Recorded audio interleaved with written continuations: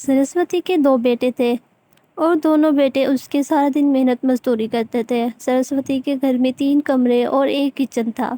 उसका बड़ा बेटा गोपाल और उसकी बीवी मधु। मधु जो कि बहुत ही अच्छे स्वभाव की थी और सबसे घुल मिल के रहने वाली थी। कुछ ही दिनों के बाद सरस्वती अपने छोटे बेटे की शादी भी शीतल नाम की लड़की से करवा देते हैं। शीतल को शुरू से ही जॉइंट फैमिली में रहना पसंद नहीं था। वो हमेशा ही अकेला रहना पसंद करती थी। और शादी से अगले ही दिन शीतल तैयार होकर सुबह सुबह नीचे आती है और फिर वो सबके लिए खाना बनाती है। सुबह सुबह अपनी सास को नाश्ता देती है और कहती है, माँ जी ये आपका नाश्ता, और अब दोपहर का खाना तो जेठानी जी ही बनाएंगी। जब से देवरानी के आ गई है वो तो महारानी किचन में आती ही नहीं है। ये सुनकर उसकी सास को बहुत दुख होता है। शीतल अपनी सास को नाश्ता देने के बाद वहाँ से चली जाती है। उसके बाद सरस्वती अपने पति से बात करती है, सुने जी, मैं नहीं चाहती कि जिस तरह से दूसरों के घर में कलेश पड़ा रहता है हमारे घर में भी पड़े। मैं नहीं चाहती कि मेरी दोनों बहुएं आपस में लड़ें और लड़ाई झगड़ा करें। मैं ये नौबत ही नहीं आने देना चाहती। इससे पहले ही हम इसका कोई हल निकाल लेते हैं जिससे कि उन दोनों में मुँहमारी ना हो जाए। अरे सरस्वती, तुम कहना क्या चाहती हो, साफ साफ कहो ना। बस यही चाहती हूँ कि दोनों बहुओं की रसोई अलग अलग कर देते हैं और सारा क्लेश तो रसोई की वजह से ही पड़ता है। अरे हाँ सरस्वती, तुम बिल्कुल ठीक कह रही हो। उसके बाद सरस्वती अपनी दोनों बहुओं को बुलाती है और अलग रसोई का कहती है। तभी उसकी बड़ी बहू मधु कहती है, अरे माँ जी, अलग रसोई की क्या ज़रूरत है। तभी शीतल जल्दी से कहती है, अरे क्यों नहीं अलग रसोई की ज़रूरत।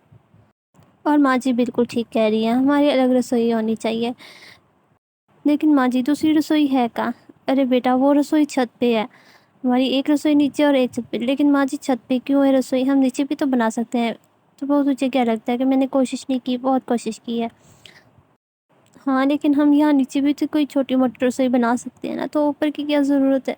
अरे वो हमने तैयार की थी, हमने नीचे रसोई बनाई थी, या तो फिर दीवारें काली हो जाती सारी। और तभी मधु कहती है, देवरानी जी, हमने रसोई बनाई थी नीचे, और नीचे रसोई होने की वजह से यहाँ बाहर या तो बारिश की वजह से ख़राब हो जाती थी या फिर बाहर के जानवर आते थे और ख़राब करके चले जाते थे।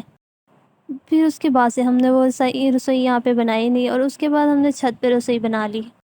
कोई बात नहीं जेठानी जी, छत पे रसोई है तो क्या हुआ, मैं बना लूँगी खाना, और मुझे तो अलग रसोई से मतलब है ना, फिर क्या फ़र्क पड़ता है छत पे हो या नीचे हो। और फिर उस दिन के बाद से मधु नीचे वाली रसोई में खाना बनाती, जबकि शीतल ऊपर छत पे बनी रसोई में जाके खाना बनाती थी। और छत पे जाने का रास्ता भी एक लकड़ियों की सीढ़ी थी, जिससे शीतल रोज़ाना छत पे जाती थी और वापस आती थी, और वो रोज़ाना ही उसी सीढ़ी से चढ़ के छत पे जाती थी और रात का खाना बनाती थी रसोई में। तभी शीतल की, अरे शुक्र है यहाँ पे सामान तो सारा मौजूद है। तभी शीतल रात का खाना बनाने बैठ जाती है। खाना बनाते हुए शीतल धीरे धीरे में सोच रही होती है, अरे देखो ना, सब लोग छत पे बैठ के एक दूसरे से बातें कर रही हैं और मैं कह रही हूँ जो ये रसोई बना रही हूँ छत पे बैठ के और खाना बना रही हूँ। देखो ना, सब मुझे ही देख रहे हैं, मेरी रसोई को भी देख रहे हैं। शीतल दिल ही दिल में यही सोच रही थी, लेकिन फिर उसको अलग रसोई भी चाहिए थी और वो चुपचाप फिर खाना बनाती है।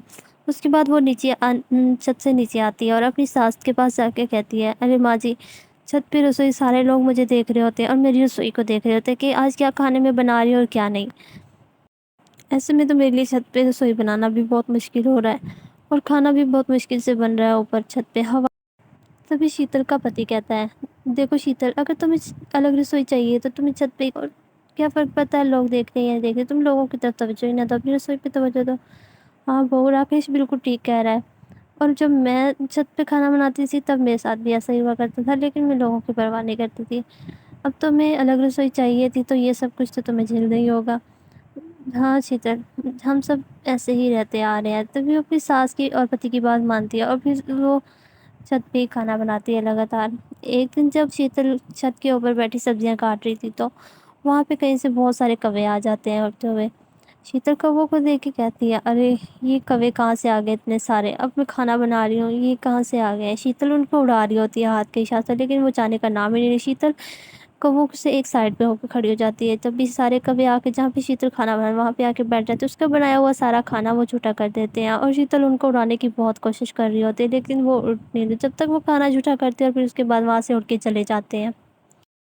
तभी शीतल देखती है तो कहती है, अरे ये सारे कौवों ने मेरा खाना ख़राब कर दिया और सारा झूठा कर दिया, अब मैं क्या करूँ, मुझे फिर से दोबारा से खाना बनाना पड़ेगा। शीतल اسی کھانے کو کھڑی دیکھ رہی ہوتی ہے۔ اس کے بعد شیتل وہ کھانا سارا گراتی ہے اور اس کے بعد وہ اور کھانا بناتی ہے، جس کی وجہ سے اسے کھانا بنانے میں بہت دیر بھی ہو جاتی ہے اور وہ دیر تک ہی کھانا بناتی رہتی ہے اوپر کھڑی، جبکہ اس کی ساس نیچے کھانے کا ویٹ کر رہی ہوتی ہے۔ تبھی وہ اپنی بہو کو آواز دیتی ہے، شیتل بہو جلدی کر کھانا دے دے مجھے، میں نے دوائیاں بھی کھانی ہیں۔ دن کا کھانا سرسوتی کو اس کی بڑی بہو مدھو دیتی تھی، جبکہ رات کا کھانا اسے شیتل دی تھی۔ جی جی ماں جی، بس ابھی لے کے آئی۔ تبھی مدھو بھی یہ سب کچھ دیکھ رہی ہوتی ہے اور تبھی شیتل اپنی ساس کے لیے جلدی جلدی سے کھانا بناتی ہے، اور کھانا بنانے کے بعد وہ سب سے پہلے اپنے سسر کو جا کے کھانا دیتی ہے، اور اس کے بعد پھر وہ سیڑھیوں سے نیچے اترتی ہے اور پھر اپنی ساس کو کھانا دیتی ہے۔ اس طرح سے وہ باری باری اوپر نیچے آ جا کے اپنے سارے پریوار کو کھانا کھلاتی ہے۔ اس کے بعد وہ لوگ دونوں پتی پتنی چھت پہ رات کو کھانا کھاتے ہیں اور دیر تک برتن دھونے کے بعد رات کو دیر سے سیڑھیوں سے ہی نیچے آتے ہیں۔ تبھی شیتل اپنے پتی سے کہتی ہے، دیکھو جی مجھ سے نہیں بنتا چھت پہ کھانا، اب میرے لیے الگ سے یہاں پہ رسوئی بنوا دو نا، چھت پہ بہت مشکل سے کھانا، اور آج تو میں کھانا بنا رہی تھی کہ کوے سارے آ گئے اور سارا کھانا خراب ہو گیا، اس کی وجہ سے مجھے دوبارہ کھانا بنانا پڑا۔ اب آپ بتائیں ایسے میں کیسے کھانا بناؤں گی؟ لیکن پھر بھی شیتل اپنے پتی کی بات مانتی ہے اور چھت پر ہی کھانا بنا رہی ہوتی ہے۔ اور پھر اگلے ہی دن شیتل جب صبح صبح اٹھ کے اپنی رسوئی پہ جا رہی ہوتی ہے چھت پہ، تو وہ جا کے دیکھتی ہے کہ چھت پہ بہت سارے بندر جو کہ اس کی رسوئی کو گھیر کے بیٹھے ہوتے ہیں، کیونکہ بڑے بڑے ہر چیز برتنوں، کسی نے برتن اٹھائے ہوتے تو کوئی چولہے کے پاس بیٹھا ہوتا ہے۔ تبھی شیتل کہتی ہے، ارے یہ لوگ کم تھے کہ اب یہ بندر بھی آ گیا مجھے تنگ کرنے کے لیے۔ شیتل بندروں کو دیکھ کے بہت ڈر رہی ہوتی ہے اور کہتی ہے، چل شیتل جلدی یہاں سے چلی جا ورنہ تو یہ بندروں کا کھانا بن جائے گی۔ وہ سیڑھی سے اتر کے نیچے آ جاتی ہے جلدی جلدی سے اور پھر ان کے جانے کا ویٹ کرتی رہتی ہے۔ اسی طرح سے کافی رات گزر جاتی ہے اور پھر جب بندر چلے جاتے ہیں تو شیتل جا کے پھر سے کھانا بناتی ہے وہاں پہ۔ اس کے کوکر کی آواز سن کے ساتھ سے والی عورت آواز دیتی کہتی ہے، شیتل اپنی تیری کوکر کی سیٹی کی وجہ سے مجھے نیند ہی نہیں آ رہی۔ تبھی اسے غصے سے جواب دیتی ہے کہ نہیں آ رہی تو میں کیا کروں۔ اس طرح سے اسے کھانا بناتے بناتے دیر ہو جاتی ہے اور وہ رات کو دیر بجے سوتے تھے۔ ایک دن اس کا پتی شام کو جب گھر آیا تو شیتل سے کہا، شیتل مجھے تو ایک کپ چائے کا بنا دو، آپ نے مجھے نوکرانی سمجھ لیا ہوا ہے، میں رات کو دیر دیر تک کھانے بناتی رہتی ہوں اور آپ کو مجھ پہ ترس بھی نہیں آتا اور میرا احساس بھی نہیں ہے۔ ارے شیتل کیا ہو گیا، میں ایک کپ چائے مانگی ہے، تم تو بس ہر وقت چلاتی ہی رہتی ہو، تم سے تو بات کرنا ہی فضول ہے۔ نہیں آپ مجھ سے اس لیے شادی کر کے لے کے آئے تھے کہ آپ مجھ سے کھانے بنوا سکیں، آپ مجھے اپنی پتنی بنوا کے نہیں بلکہ اپنی کھانے والی پتنی بنا کے لے کے آئے تھے۔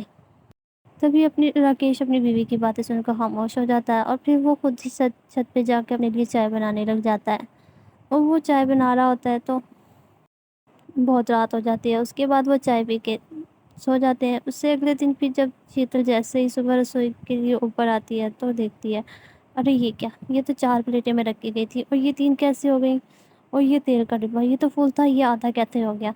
اور پھر اسی طرح سے اگلے دن جب شیتل دوبارہ اوپر رسوئی میں آتی ہے تو کہتی ہے، ارے یہ کیا، یہ تو میں کڑھائی میں کھانا پورا ڈال کے گئی تھی، یہ آدھا کیسے ہو گیا، یہ کیا ہو رہا ہے پتہ نہیں، کبھی تیل نہیں ہوتا، کبھی پلیٹ نہیں ہوتی تو کبھی کھانا کم ہوتا ہے۔ وہ سب کھانا لے کے جب شیتل سیڑھی سے نیچے آ رہی ہوتی تبھی اس کے بیلنس بگڑتا ہے اور شیتل زور سے نیچے گر جاتی ہے، جس کی وجہ سے اس کے پاؤں پہ بھی بہت موچ آ جاتی ہے، اور مدھو اور اس کے ساتھ اس کو لے کے چارپائی پہ لٹاتے ہیں، اور پھر مدھو کہتی ہے، شیتل میں تمہارے لیے ہلدی کا دودھ بنا کے لاتی ہوں جس سے تمہیں آرام ملے گا۔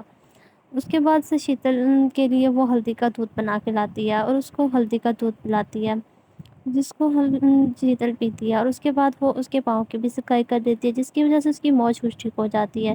ارے شیتل یہ سب کچھ چھت پہ رسوئی ہونے کی وجہ سے ہوا ہے اور تمہاری حالت بھی اسی وجہ سے بگڑی ہے، اگر تمہاری رسوئی نیچے ہوتی تو یہ کبھی نہیں ہوتا۔ ہاں مدھو بہو تو بالکل ٹھیک کہہ رہی ہے، تو اس کے لیے یہیں پہ کوئی جگاڑ بنا دے رسوئی کا، تاکہ اس کو اوپر نیچے نہ آنا جانا پڑے۔ جب میں اوپر رسوئی کرتی تھی تب میرے ساتھ بھی یہی ہوتا تھا اور اسی مشکلات کا سامنا مجھے بھی کرنا پڑتا تھا، تو کوئی جگاڑ کر اس کے لیے نیچے رسوئی بنا دے۔